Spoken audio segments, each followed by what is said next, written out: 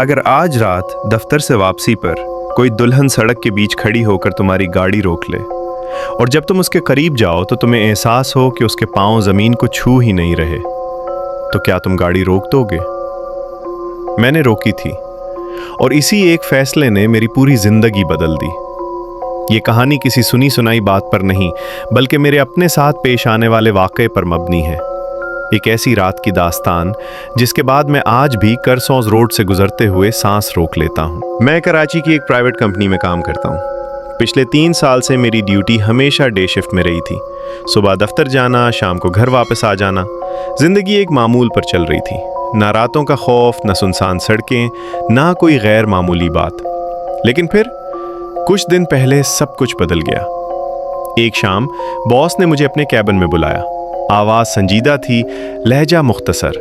उन्होंने कहा, अगले हफ्ते से तुम्हारी ड्यूटी नाइट शिफ्ट होगी। मेरे लिए ये खबर गैर मुतवक्के थी। नाइट शिफ्ट, वो भी कराची जैसे शहर में। लेकिन मजबूरी थी, नौकरी छोड़ने का कोई ऑप्शन नहीं था। यूं मेरी नई टाइमिंग तय हो गई, शाम 7 बजे से रात 3 बजे तक। पहले 2 दिन किसी तरह गुजर गए। जिस्म थका हुआ, आंखें बोझल और दिल में एक अनजानी सी बेचैनी। दफ्तर रात के वक्त बिल्कुल मुख्तलिफ लगता है। राहदारियां सुनसान, लिफ्ट की आवाज़ गूंजती हुई और हर साए में अजीब सा वहम। तीसरी रात, वो रात आम नहीं थी।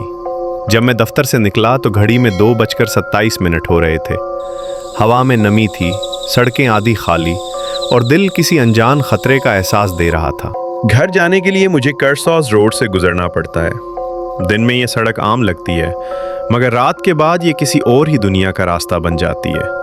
दरख्तों के साए लंबे हो जाते हैं, स्ट्रीट लाइट्स मध्यम लगती हैं और खामोशी चीखने लगती है।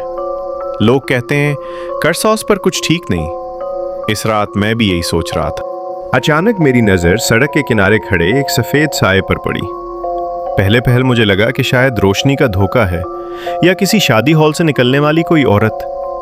लेकिन जैसे जैसे गाड़ी करीब आई, दिल की धड़कन तेज होती गई। वो दुल्हन थी, सफ़ेद जोड़ा, सर पर दुपट्टा, हाथों में चूड़ियाँ।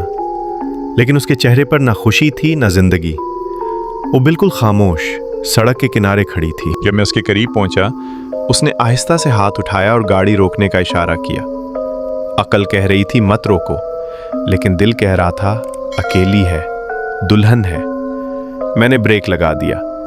इसी लम्हे मुझे उसके पांव नजर आए। वो जमीन को छू ही नहीं रहे थे। वो धीरे से बोले, भाई मुझे छोड़ दो। उसकी आवाज़ कानों से ज़्यादा रूह में उतर रही थी। मैं कुछ बोल न सका। डर और तरस के बीच में मुंजमद हो चुका था। वो पिछली सेट पर बैठ गई। सेट धसी, मगर वजन महसूस ना हुआ। गाड़ी के अंदर अचानक शदीद सर्दी फैल गई। मैंने रेयर व्यू मिरर में देखा, उसका अक्स मौजूद नहीं था, सिर्फ धुंध।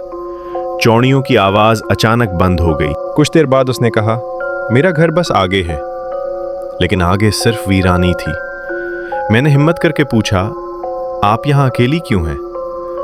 उसने आहिस्ता से गर्दन मोड़ी, गर्दन गैर फितरी जाविये पर। वो बोली, मेरी शादी यहीं से गुजरी थी और यहीं ख़त्म भी हो गई। इसी लम्हे गाड़ी के शीशों पर हाथों के निशान उभर आए। उसने बताया, कई साल पहले यहाँ एक बारात का हादसा हुआ था। आग, चीखें और फिर खामोशी। कहते हैं दुल्हन की लाश कभी नहीं मिली, सिर्फ सफ़ेद जोड़ा खून में लथपथ पाया गया। और तब से करसौज रोड पर एक दुल्हन देखी जाती है। अचानक गाड़ी बंद हो गई, लाइट्स बुझ गई, दरवाजे लॉक हो गए। वो हंसने लगी। वो हंसी नहीं थी, चीख थी। मैंने आंखें बंद कर ली। जो दुआ याद आई। अचानक गाड़ी दोबारा चल पड़ी। मैंने पीछे देखा, सेट खाली थी, सिर्फ एक गीला निशान था। अगले दिन खबर आई, करसौज रोड पर एक और हादसा हुआ है। गवाहों ने कहा, हमने एक दुल्हन को सड़क के किनारे देखा था। सवाल ये नहीं कि वो दुल्हन कौन थी, सवाल ये है अगली बार गाड़ी कौन रोकेगा। अगर तुम्हें गायब और हकीकी खौफ पसंद है तो इस चैनल को छोड़ना गलती होगी।